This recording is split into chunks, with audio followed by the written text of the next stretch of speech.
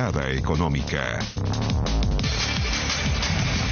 Hola, hola, ¿cómo les va? Bienvenidos a Mirada Económica, en días de cambios, de llegada de un nuevo gobierno, nuevas autoridades económicas. Momento para conversar sobre este libro, La pandemia neoliberal. Hace una economía al servicio de la gente. Su autor, uno de los economistas más relevantes del país en las últimas décadas, doctor en economía en Chicago, hoy profesor de la Universidad de Chile, trabajó en el Banco Central, fue uno de los fundadores de Cideplan, uno de los centros de pensamiento más importantes de los 90 y 2000. Hablamos, ya lo vemos en pantalla, don Ricardo French Davis. Bienvenido a Mirada Económica, un honor tenerlo aquí en el programa en Canal 24 Horas. ¿Cómo le va? Gran gusto mío para conversar este día, un día antes de... Exactamente, un día de tantos cambios y mucho está en este libro, Ricardo, en cómo tú ves. Y quiero partir con una cita de la página 107, voy a partir. ¿Por qué es la página 107? Porque usted ahí se detiene terminando un capítulo y dice lo siguiente en este libro. Dice, como he reiterado, en vez de procurar retornar a la normalidad previa a septiembre del 2019, hablando del estallido que marca un antes y un después, usted dice, debería fortalecerse el apoyo a un programa de transformaciones profundas, progresivas, incluyentes en su diseño, en su desarrollo, en sus resultados, cuya implementación se inicie de manera sostenida en la asunción del próximo gobierno el 2022. O sea, usted dice, no hay que volver a la normalidad de antes. Aquí hay que marcar otro camino, ¿no? Así es. Lo que parecía normal a la altura para muchas autoridades, a la altura del año 18 o 19, era algo que no era nuestra historia de 30 años, porque a través de los 30 años tenemos, partiendo los 2,9% de crecimiento de la dictadura y con mucha desigualdad, tenemos el 7,1% en los 90 y después vamos pasando en una curva descendiente en lo económico. Y asociado a eso, una curva creciente de descontento de la gente. Y asociado a eso, una curva descendente hacia abajo de la participación electoral. Había cosas en que la gente decía, esto no es la horizontal en que yo quiero estar. Expresaba, votaban 80%, después el 70%, el 60%, el 50% en las elecciones de concejales, o sea, en la cosa tan cercana a la gente como las municipalidades. En la última habían votado 36% de la gente. Uno de cada tres fue a votar y los otros dicen, no me interesa, me da lo mismo. Una desafección total. Desafección. Entonces no quiero volver a eso. Miro el ingreso. Chile del 18-19 está mucho mejor que el año 89. Pero el gran salto fue en los 90. Después subimos creciendo, moviéndonos mejor que todos nuestros compañeros latinoamericanos. Pero de repente empezamos a empatarlo y después quedarnos bajitos. Ricardo, países vecinos que crecían más rápido que Chile en los últimos años. A ver, ¿qué es ser neoliberal, Ricardo French Davis? Porque usted lo menciona varias veces, ha sido un concepto que se ha repetido mucho en las últimas campañas. Sí. Casi hoy día es como un calificativo para mal el neoliberal. ¿Qué es ser neoliberal? Porque cuando una persona, una autoridad apoya cierta medida, da lo mismo de donde venga, al tiro es neoliberal. ¿Qué es lo que es ser neoliberal? Y se usa con mucha soltura para cosas muy distintas. Con algunos ingredientes, con muchos ingredientes, unos poquititos ingredientes. La esencia del neoliberalismo. Friedman, von Hayek y algunos de los grandes autores. Usted es un Chicago Boy, pero muy a la suya. Claro, porque yo cuando estudiaba, escuchaba las clases, las lecturas y siempre trataba de ir más allá. Ya. ¿Qué pasa si estoy en otro ambiente económico? Y hace mucha diferencia. Si en un país que son todos suizos o alemanes, con mucha educación, hartas oportunidades, o estamos en un país con diferencias, con desigualdades, con empresas pymes que están a duras penas operando, no como las vacas que están operando, digamos, con mucha fuerza, o las del sur de Italia en algún momento, cierto que eran ejemplos mundiales de pymes que pescan con fuerza. Muy clave lo que uno llama heterogeneidad estructural. Nosotros tenemos mucha diferencia en estructura. la capacidad de insertarse en una gran empresa, de acceder al crédito, a buenas líneas de crédito, a mano de obra bien calificada, etcétera, y otras que tienen dificultades, que no tienen crédito o tienen unos créditos, unas tasas 4 veces el costo para una empresa grande. Esas son trabas para el crecimiento, y por eso en la dictadura, que creían el mercado sabe, el mercado hace las cosas, pero si está solito no las puede hacer bien.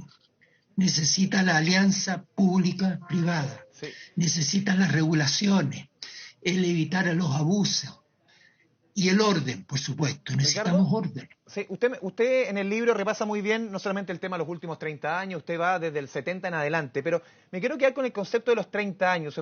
Lo decía en la presentación, usted fue un actor principal, muy influyente, uno de los fundadores de CIEPLAN, por ejemplo, uno de los centros de pensamiento más importantes de los 90. Y usted menciona varias veces en el libro que, a ver, se avanzó mucho, usted lo mencionaba, sobre todo al principio de los 90, en igualdad, en crecimiento económico, en redistribución, en un sentido más progresivo, pero después usted dice la concertación fue perdiendo un poco el camino, a finales de los 90 más o menos. ¿Qué es lo que fue pasando? Porque muchos critican que la concertación solamente administró un modelo que le fue heredado. ¿Cuál es el análisis que hace usted? No, obviamente que no, porque 2,9 no es exactamente igual a 7,1, están en las puntas. 2,9 están en la parte baja de Chile. La dictadura tuvo años muy buenos, pero después de años pésimos. Entonces el 2,9 es tomando el promedio de los buenos y malos años. Uno no puede contar solo una parte. El 7,1 son el grueso, son años buenos, con un poquito de ajustes para abajo, para arriba, etcétera, pero en una economía en que tiene poco desempleo. Y eso depende de políticas públicas, no depende solamente de lo que hace cada empresa. Hay millones de empresas, ¿cierto? En Chile un millón de registradas en impuestos internos. Es muy importante lo que hacen ellos, y por eso el mercado es ultra importante, pero el mercado necesita ser administrado, manejado, establecerle normas apropiadas para que los grandes no abusen de los débiles, para que tengamos plata para tener buena educación y acortar las distancias en la educación, etcétera, etcétera, etcétera. Y esa es la diferencia entre el neoliberalismo y la política alternativa. Una economía al servicio de la gente. No es la gente al servicio de la economía. La concertación ahí se fue perdiendo, perdón Ricardo, y usted lo menciona varias veces en el libro, se fue perdiendo más o menos a finales de los 90. Se perdió eso, hicimos la tarea, ahora puede funcionar, no sé si es, pero puede funcionar el timón fijo. Ya agarramos rumbo. Y no, pues, estamos tan lejos del desarrollo que íbamos a enfrentar muchas tempestades. El barco no puede, tiene que ir sorteando los obstáculos de las tempestades, cosas que surgen afuera, la crisis asiática, la crisis del subprime en Estados Unidos y en los países desarrollados. Poder insertar al mundo, globalización re importante, pero saber que el grueso de lo que tú produces se queda adentro. Tú produces 100, 25 sale para afuera y 75 se queda adentro, lo produces para adentro. Tú eso lo puedes manejar con tus políticas contracíclicas. Eso significa cómo manejo mi relación con el exterior. Por ejemplo, el tipo de cambio. El tipo de cambio para los exportadores y el valor agregado a los exportadores es crucial. Es una variable muy importante para cada exportador. Y el tipo de cambio en los 90 fue manejado por el Banco Central. El 99 se declaró tipo de cambio libre. Sí. El mercado sabe hacer esto, se lo dejamos al mercado. Y entonces el tipo de cambio va para 800, para 450, para 700, para 590. Pobres exportadores que quieren hacer cosas difíciles. Es fácil extraer las cosas a la tierra y agregarle poco valor. Ricardo, porque tienen una base fija. Sí, usted también menciona... El valor agregado depende del tipo de cambio y de las políticas de desarrollo productivo de la sociedad. Sí, Ricardo, usted menciona varias veces en el libro el famoso concepto de del 25.000 dólares per cápita, que en alguna vez siempre estuvimos durante años diciendo estamos al borde del desarrollo, de ser un país desarrollado. ¿Alguna vez estuvimos cerca de ser un país desarrollado? Pese a que estuvimos cerca, quizás decían los números, algunos números que de acuerdo a Hacienda, cerca de esos 25.000. ¿Estuvimos alguna vez cerca del desarrollo? Cuando asumió la dictadura, según el Banco Mundial, Chile tenía, tal como lo mide el Banco Mundial, tenía un 27% del ingreso per cápita de Estados Unidos. Terminó la dictadura y tenía 23%. Había retrocedido Chile respecto a Estados Unidos. En los 90, Chile saltó 10 puntos para arriba. 10, 11 puntos, a 33 o 44, o 34. Pero eso es un tercio, no es 100. Y Estados Unidos no es el país más de ingresos más alto. Hay 5 o 6, los suizos, los noruegos, qué sé yo, tienen ingresos per cápita más alto que el de Estados Unidos. Nosotros estamos lejos. Y esta es la forma como lo mide el Banco Mundial. Pero si nosotros los medimos con las cifras, y hay una sección en el libro en que digo 25 o 15, vas a mirar el PIB, el producto, toda la producción de bienes y servicios, que se llama el PIB, Producto Interno Bruto. Todo lo producido dentro de las fronteras chilenas, por chilenos y extranjeros. Todo. Como lo dio el Banco Central, son 15.000, no son 25. Porque el Banco Mundial dice, pero las cosas son más baratas en Chile. Tú te lustras los zapatos en Chile y te cuesta tantos pesos, y lo haces en Nueva York y te cuesta $5. Claro, para el estadounidense es más barato, pero para nosotros cuesta lo mismo. Claro, o sea, los 15.000 es lo que nosotros estamos viviendo. Porque algunos colegas, simplemente gente en Twitter me escribía, pero profe, tengo los 25 y los divido y da tanta plata. ¿Por qué no se ve esa plata? Porque eran 25 y lo que teníamos eran 15. Y parte de eso lo producen en el extranjero.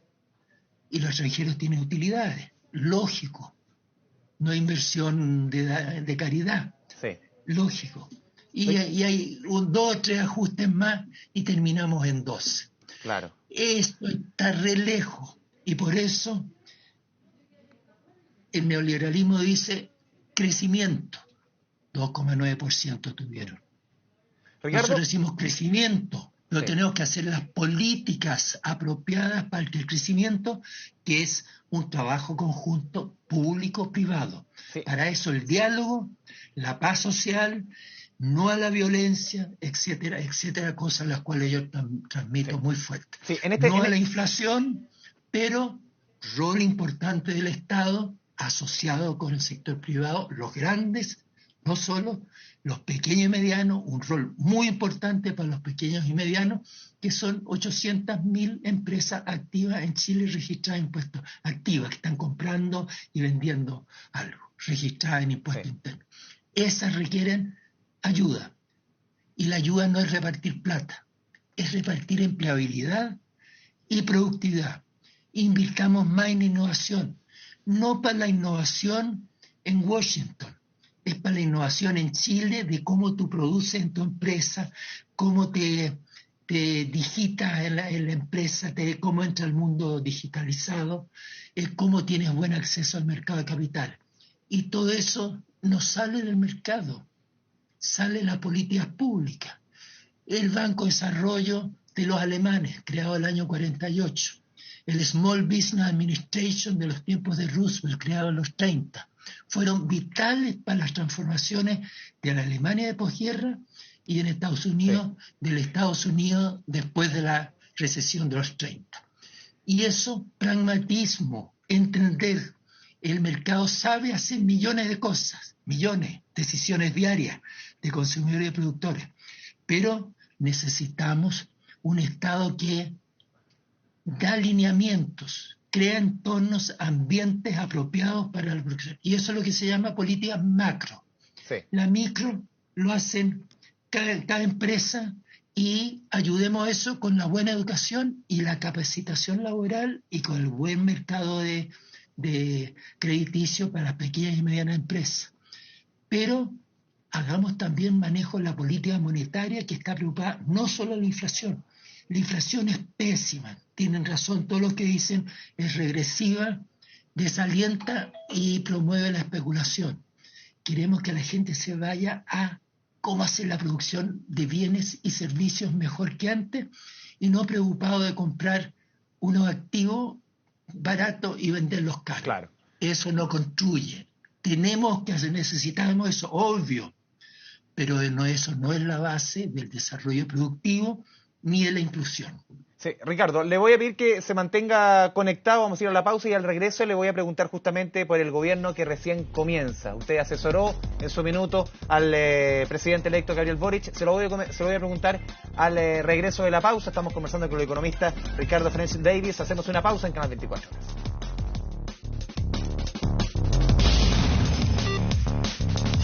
Mirada económica.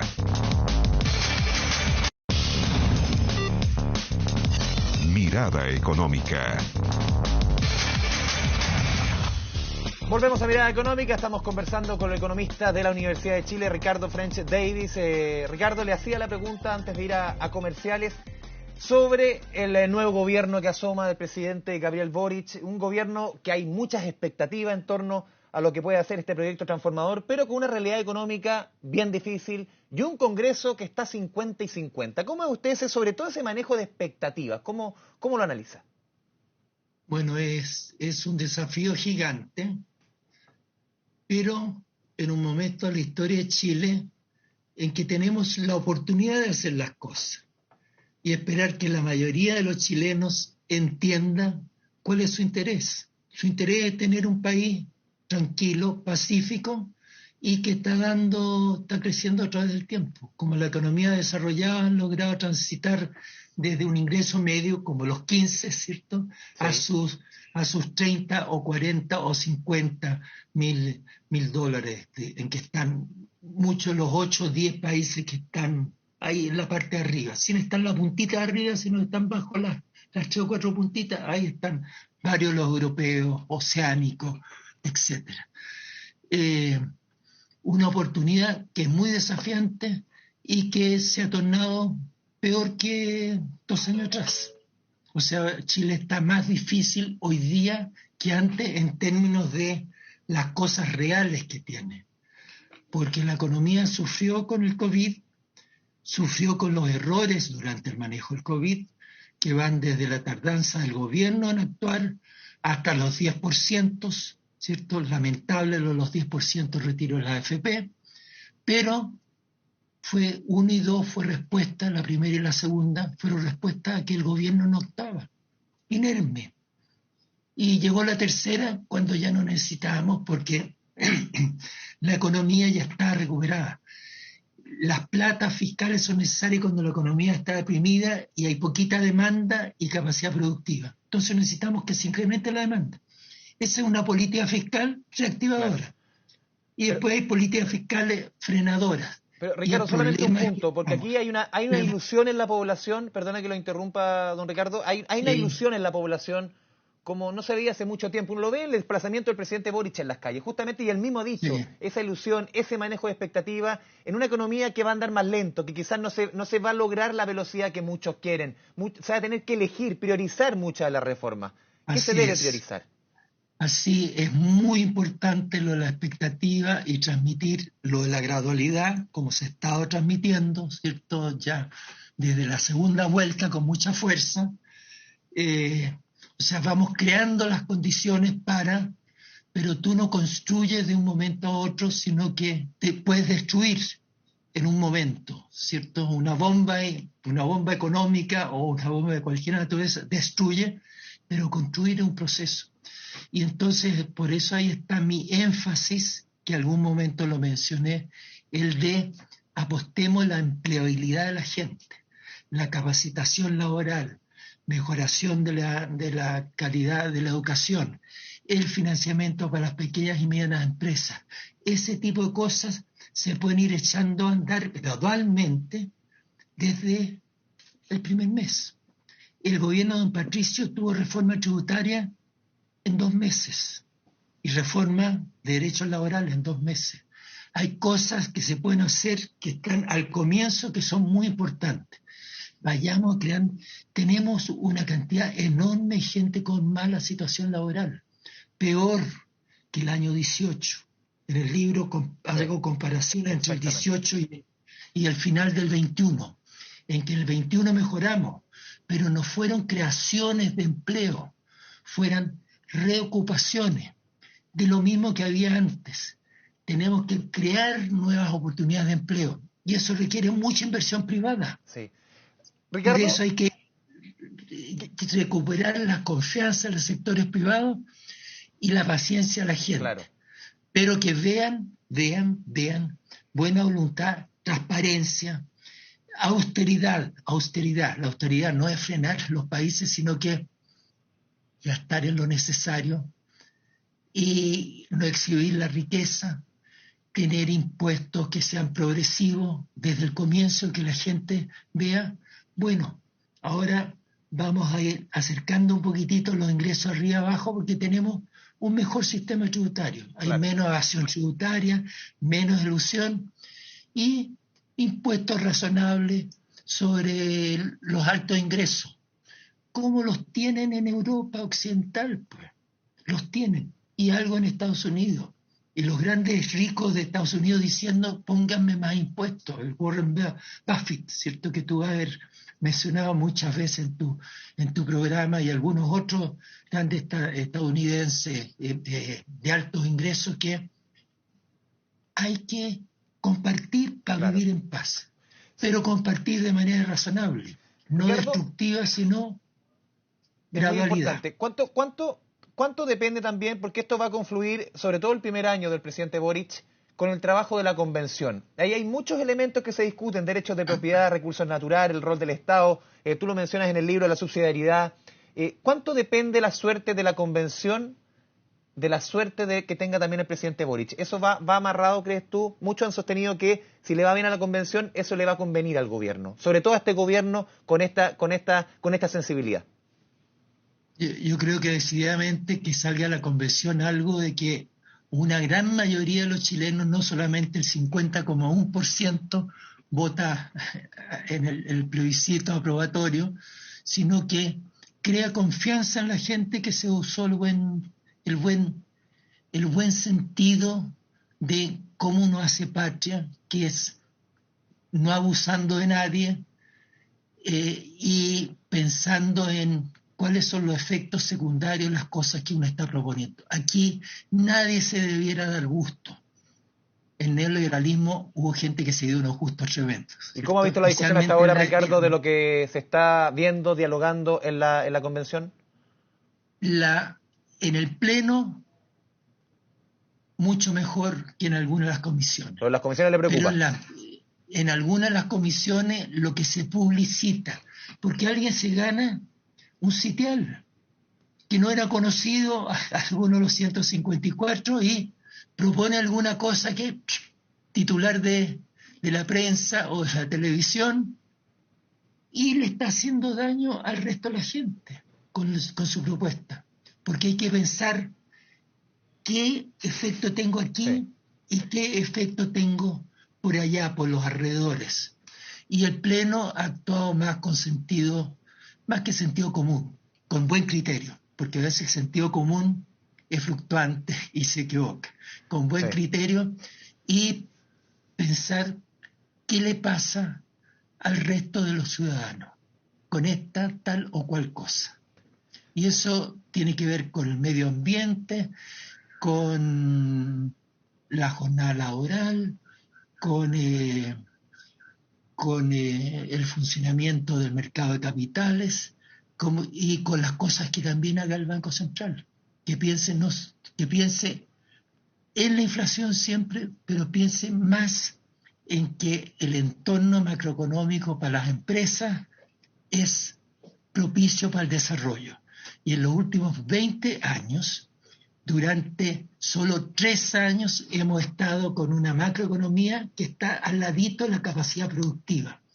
El rol de la macro es crear una demanda en el mercado y una composición entre lo que viene para adentro y para afuera. y depende del tipo de cambio, sea consistente estas dos cosas. Tengo capacidad productiva y la use. Sí. Si dejo de usarla, se genera el desempleo y las pérdidas en la empresa. Y eso es malo para el crecimiento y es malo para la inclusión. Sí. Necesitamos preocuparnos, hacer cosas incluyentes que vamos dando espacio a la gente. Y el gobierno tiene la posibilidad, y de los que uno que conoce en el gabinete, algunos me inspiran mucha confianza. Sí. Ricardo... El ministro de Hacienda y el ministro de Economía. Sí, Ricardo French Davis, le agradecemos este espacio, media hora de conversación que se va volando a través de la pantalla de Canal 24 Horas. Verdaderamente un honor para uno que trabaja hace tanto tiempo en la discusión económica, en el periodismo económico, tenerla a usted en la pantalla primera vez en casi 20 años que tengo el honor de conversar con usted. Mucha suerte con este Pandemia Liberal, con este libro. Que tenga mucha suerte y un gran abrazo. Muchas gracias. Chao, que le haya bien. Lean el libro. Sí, pues, ahí. Absolutamente recomendable. Muchas gracias. Muchas gracias, Andrés. Gran gusto. Así vamos cerrando esta edición de Mirada Económica. Lo decía, un invitado de lujo, Ricardo French Davis. Sigue en la sintonía de Canal 24 Horas. Un gran abrazo.